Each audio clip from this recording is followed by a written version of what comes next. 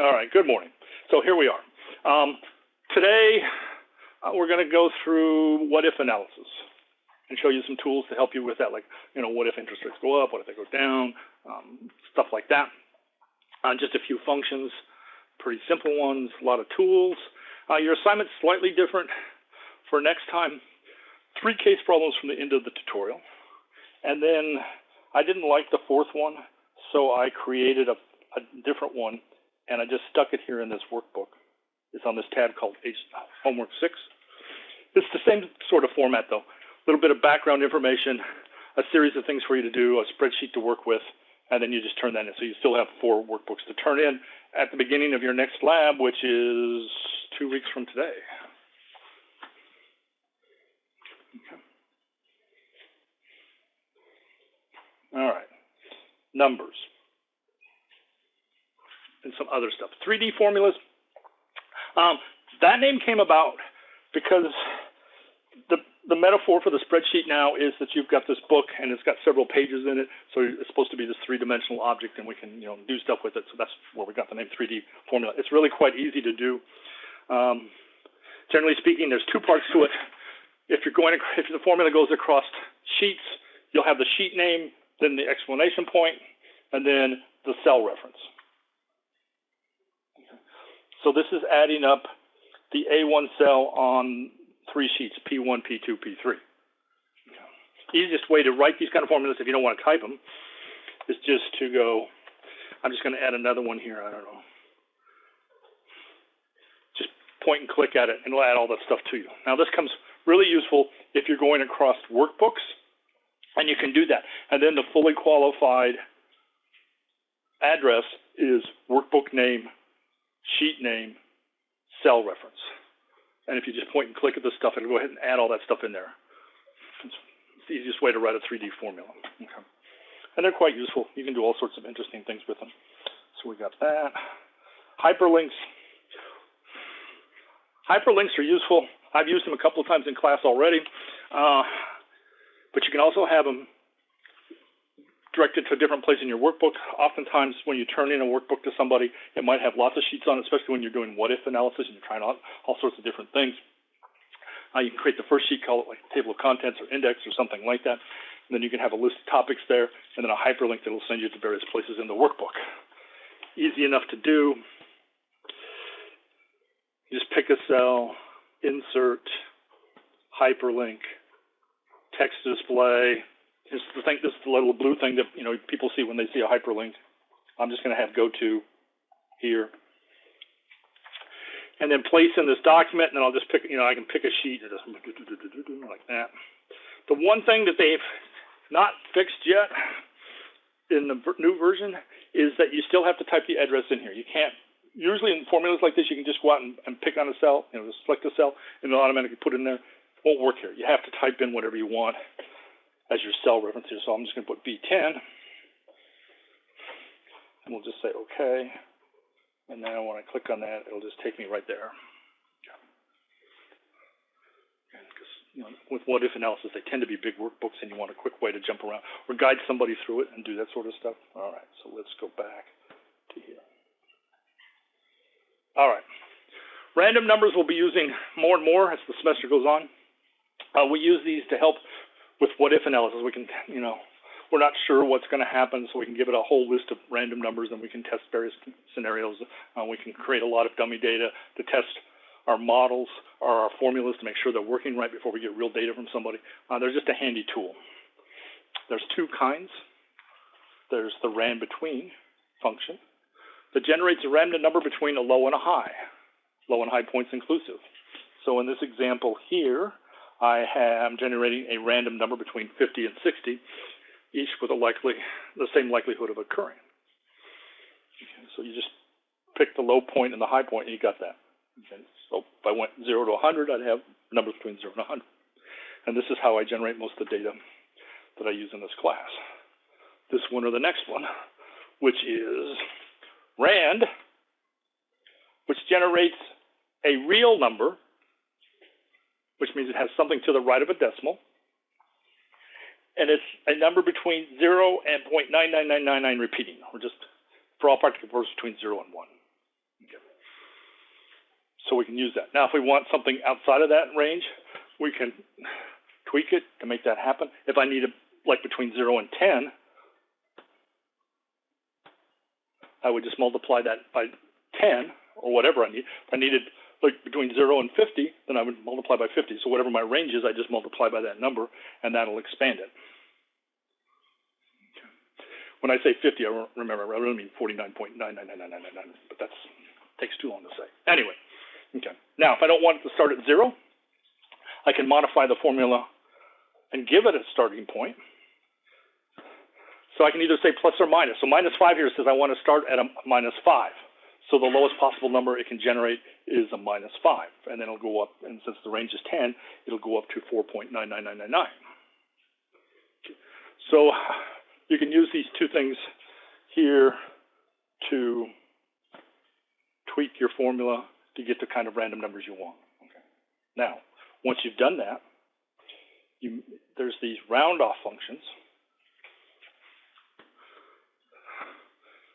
But again, let me caution you here. All these three functions do, round, round down, and round up, is just change the display value.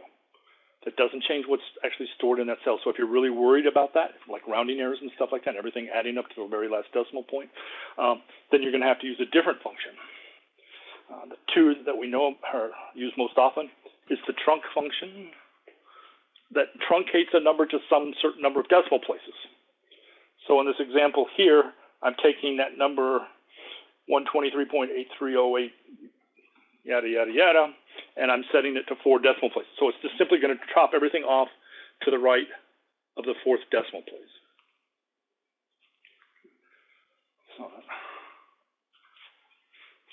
So if you're like trying to simulate dollar amounts, you'd want those to be like 18 or not 18.1 or 18.2, so you can just truncate it to 2 decimal places. If you just need an integer, no decimal, then there's an int function that does that for you. And so you can just use that and it'll create an integer. It's a little bit, well, it's easier to remember. There's only one argument there to it, right? Okay. Now, one other function, mod. Mod stands for modulo arithmetic, which is just a fancy way of saying division the way you learned it back in grade school. Okay. 5 divided by 3 is 1 with a remainder of 2. Remember that stuff? How you first learned division? Well, what this mod function does is it returns the remainder, whatever that may be. So in this simple example here, I get the 2. Now, you're probably asking yourself, well, why do I care about that? It's one of these tools that's nice to know it's there because it comes in really handy on occasion. Again, I got 2 examples here. The first one's a really great one, I think. I've got a workbook that has dates, time strings in them, like that. Okay, a whole column of them. And what I really would like to have is the date in one column and the time in a second column, because it just makes it easier when I want to do pivot tables or make charts or do whatever I want to do. Generally speaking, the finer grain the data is, the easier it is to work with. Okay. Now, we know there's like a month function and a year function and hour function and a second function, but surprisingly, there's no function to split those two apart. Okay. So what you can do here now is use int and trunc to get those for you.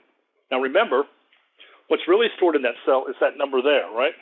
41,550.45, whatever. So that's the stored value for that cell, and that's the display value. So what we really would like is to have this 41,550 in one cell and the 0.457 in a different cell. Okay. So if I do that, if I just divide by 1, it's just going to keep the remainder part. Okay. So it goes into this, 1 divided into this is 40, goes in there 41,550 times with a remainder of 0.4 whatever. So it's going to take that 0.4 whatever and throw it in a separate cell. And then I just format it as a time string, and I'm good to go. Okay. And a similar idea over here, I just need the thing to the left of the decimal. So to do that, I can just use the int function, the integer function, and that'll just keep everything to the left of the decimal. And so that'll drop that into that cell there. And then I just format that as a date string, and I'm done. Okay. So that's a quick and easy way to separate those into two separate parts. Okay. And the other trick that we use from time to time is we'd like to highlight every fourth or fifth row or something like that, just to make it a little bit easier for people to read and stuff like that. Well, the first time I did this, I just created a row number out here, and then I did modulo arithmetic here. I just divided by 4, and so every time this is a 0, this would be the fourth one, and this would be the 8th one, and so on. So every time this number here is divisible by 4, I'm going to make it highlight that row as a different color. Okay. So then to do that, I would just highlight this whole area like that, go into home, conditional formatting, and I've already done the rules, so I'm just going to show you manage rules here. And I just said,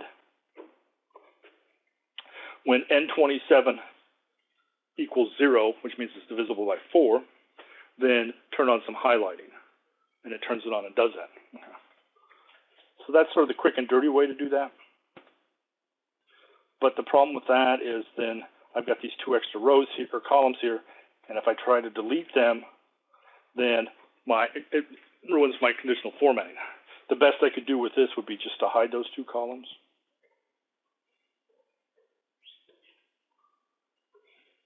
Like that. Okay.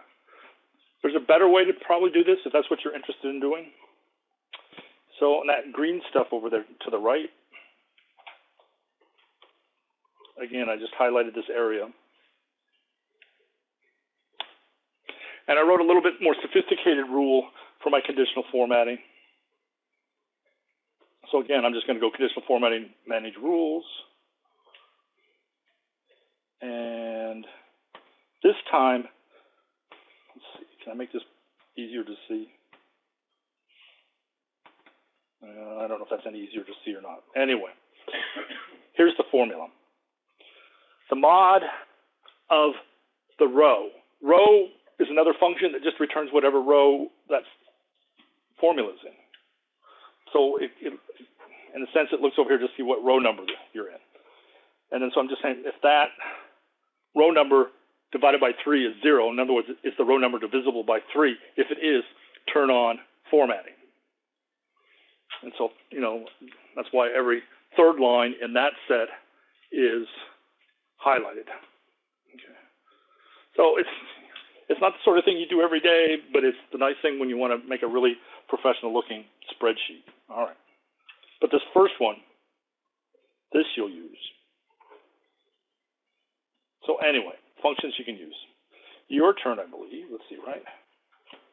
Yep, I'm done. All right. So on the next page is your chance to generate some random numbers, do some stuff with them, and do a little bit of conditional formatting, and then we'll go on to more interesting stuff.